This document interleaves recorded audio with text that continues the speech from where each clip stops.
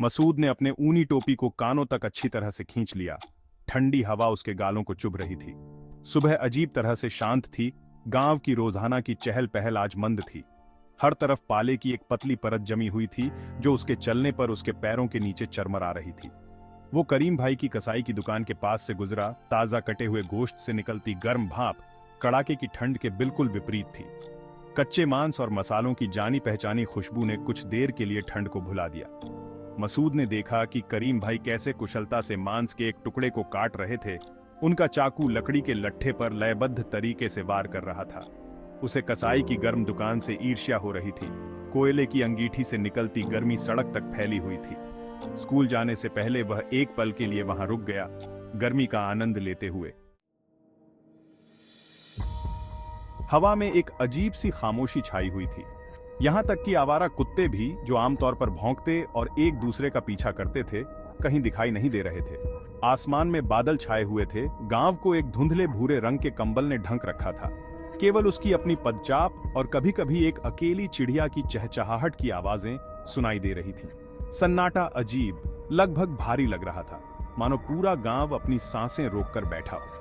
मसूद ने अपनी गति तेज कर दी। उसके अंदर बेचैनी रेंगने लगी। उसने गांव को इतना शांत कभी नहीं देखा था। सन्नाटा बेचैन करने वाला था। ठंड की वजह से जो अलगाव महसूस हो रहा था, यह उसे और बढ़ा रहा था। ऐसा लग रहा था जैसे पूरा गांव सो रहा हो, सर्दी की नींद सो रहा हो। स्कूल के गेट पर पहुंचकर मसूद यह देखकर हैरान रह गया कि यह बंद है।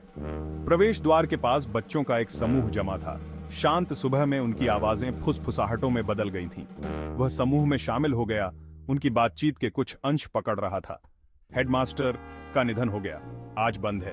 वह आगे बढ़ने की कोशिश कर रहा था, दबी हुई फुसफुसाहटों को समझने की कोशिश कर रहा था। स्कूल का चपरासी रहीम चाचा वहां खड़ा था। उसका चेहरा उतरा हुआ था। स्कूल आज बंद है, उसने घोषणा की। उसकी आवाज में उदासी थी। कल रात हेडमास्टर का निधन हो गया। मसूद को अजीब तरह की उदासीनता महसूस हुई। मौत कोई अनजानी चीज नहीं थी। उसने इसे अपने ही परिवार में देखा था जब कुछ साल पहले उसके दादाजी का निधन हो गया था। उसे धीमी आवाजें, अगरबत्ती की गंध और अपरिचित चेहरे जो उनके छोटे से घर में जमा थे, अस्पष्ट रूप से याद थे। उसने अपने आसपास के चेहरों को देखा। कुछ पर उदासी थी तो कुछ पर भ्रम। वह उनके दुख को नहीं समझ सका। मृत्यु जीवन का एक हिस्सा थी, है ना? वह मुड़ा और बंद स्कूल के गेट से चला गया, दबी हुई फुसफुसाहटों और हेडमास्टर के निधन की खबर को पीछे छोड़ते हुए। जैसे ही वह अपने घर में दाखिल हुआ, मसालों की जानी पहचानी खुशबू ने उसका स्वागत किया। उसकी मां रसोई में थी, उसकी पीठ उसकी ओर थी। वह चपटे पत्थर पर मसाले पीस रही थी। लयबद्ध पिसाई सुबह की एक जानी पहचानी आवाज थी। खुली खिड़की से सूरज की रोशनी आ रही थी जो उसके चेहरे पर एक गर्म चमक बिखेर रही थी। वह चुपचाप फर्श पर बैठ गया, उसे देख रहा था। हवा में हल्दी, धनिया और मिर्च की खुशबू फैली हुई थी, एक सुकून देने वाली खुशबू जो उसे हमेशा घर की याद दिलाती थी। उसकी मां ने उसकी उपस्थिति को भांपते हुए मुड़कर मुस्कुराते हुए कहा। उसकी आंखों के कोने सिकुड़ गए। आज स्कूल बंद है, उसने कहा। उसकी आवाज मुश्किल से फुसफुसाहट थी। उसकी मां की मुस्कान फीकी पड़ गई। उसकी जगह चिंता की झलक दिखाई दी। उसने विस्तार से नहीं बताया, बल्कि रसोई की गर्मी और अपनी मां के दिन की जानी पहचानी दिनचर्या का आनंद लेना चुना।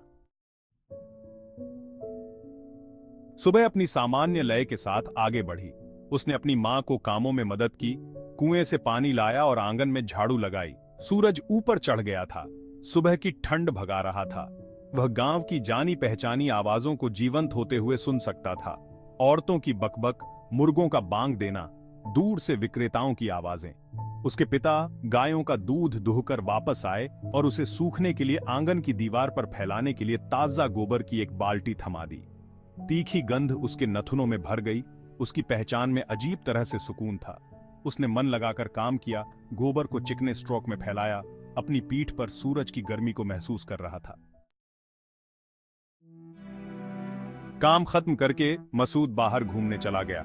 गांव गतिविधियों से भर गया था। महिलाएं एक साथ जमा थीं, उनकी आवाजें, गपशप और हेडमास्टर के निधन के बारे में चिंता का मिश्रण थीं। पुरुष चाय की दुकानों के बाहर बैठकर दिन की खबरों पर चर्चा कर रहे थे। वह कुएं की ओर आकर्षित हुआ। गतिविधि का केंद्र खासकर उन महिलाओं के लिए जो पानी लाने और कहानियों का आदान प्रदान करने के लिए वहां एकत्रित होती थीं। उसने अपनी बड़ी बहन फातिमा को अपने दोस्तों के साथ देखा। उनकी आवाजें धीमी थीं, उनके सिर एक साथ झुके हुए थे। वह जानता था कि वे रहस्य साझा कर रहे थे, उन चीजों के बारे में फुसफुसा रहे थे जो वे नहीं चाहते थे कि वह सुने। 8वां भाग, जिज्ञासा और फुसफुसाहटों की दुनिया। उसके अंदर जिज्ञासा उबल पड़ी। वह उस समूह के करीब पहुंच गया, उनकी फुसफुसाहटों को समझने की कोशिश कर रहा था। उसने बातचीत के कुछ अंश पकड़े, चोरी छिपे देखना, गुप्त पत्र, पड़ोसी गांव का एक लड़का। उसने यह सब नहीं समझा, लेकिन उनकी फुसफुसाहटों की गहनता, उनकी आवाजों में उत्तेजना ने उसे भ्रमित कर दिया। वह एक ऐसी दुनिया में ठोकर मार गया था जो उसके लिए अनजानी थी। फुसफुसाए गए रहस्यों और चोरी छिपे देखने की दुनिया, एक ऐसी दुनिया जो उसके अपने समानांतर मौजूद थी, जो सादे दृश्य में छिपी हुई थी। उसने ध्यान से सुना। उसका दिमाग उनकी बातचीत के टुकड़ों को जोड़ने की कोशिश कर रहा था। अपनी बहन के गुप्त जीवन की इस झलक से मोहित हो गया था। 9वां भाग, रहस्यों की एक झलक और खोज का रोमांच। जैसे ही उसने सुना, उसने अपने अंदर एक रोमांच दौड़ते हुए महसूस किया, एक रहस्य के बारे में जानने का उत्साह।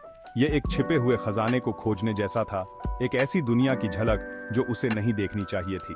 उसने अपनी बहन को देखा। उसका चेहरा एनिमेटेड था, उसके हाथ उत्साह से इशारा कर रहे थे जैसे वह बोल रही थी। उसने उसे हमेशा अपनी बड़ी बहन के रूप में देखा था, अधिकार की एक व्यक्ति, कोई ऐसा व्यक्ति जो उसे उसकी शरारत के लिए डांटता था। लेकिन यहाँ अपने दोस्तों के बीच वह अलग थी, बेफिक्र। उसकी हंसी शांत दोपहर में गूंज रही थी। उसने महसूस किया कि उसके घर की दीवारों से परे उसका एक जीवन था, एक ऐसा जीवन जिसके बारे में वह कुछ नहीं जानता था। 10वां भाग, शब्दों का भार और एक बच्चे का दृष्टिकोण।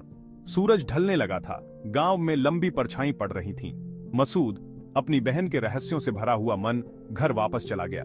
अनकहे शब्दों का भार, छिपी हुई निगाहें उसके साथ रहीं। उसने हेडमास्टर के बारे में सोचा, मौत के बारे में, अपनी बहन की छिपी हुई दुनिया के बारे में। जिस दिन की शुरुआत एक असामान्य खामोशी के साथ हुई थी, वह अब फुसफुसाहटों से भरी हुई लग रही थी। रहस्य सादे दृश्य में छिपे हुए थे। उसने महसूस किया कि दुनिया एक जटिल टेपेस्ट्री थी, जो खुशी और दुख के धागों से बुनी गई थी। रहस्य और रहस्योद्घाटन सभी को खोजे जाने की प्रतीक्षा कर रहे थे। 11वां भाग, शांत रहस्योद्घाटन का दिन। उस रात अपने चारपाई पर लेटे हुए, तारों से जड़े आकाश को देखते हुए, मसूद ने दिन की घटनाओं के बारे में सोचा। हेडमास्टर की मृत्यु, उसकी बहन के रहस्य, उसके अपने जीवन की जानी पहचानी लय, सब उसके दिमाग में घूम रहे थे। जिस दिन की शुरुआत किसी भी दूसरे दिन की तरह हुई थी, वह जीवन की जटिलताओं, खुशियों और दुखों, फुसफुसाए गए रहस्यों और अनकही कहानियों की झलक प्रकट करने के लिए सामने आई थी। यह एक ऐसा दिन था जिसने उसकी आंखें उसके आसपास की दुनिया के लिए खोल दी थीं। एक ऐसी दुनिया जो जानी पहचानी और अनजानी दोनों थी। एक ऐसी दुनिया जिसे वह अभी समझना शुरू कर रहा था।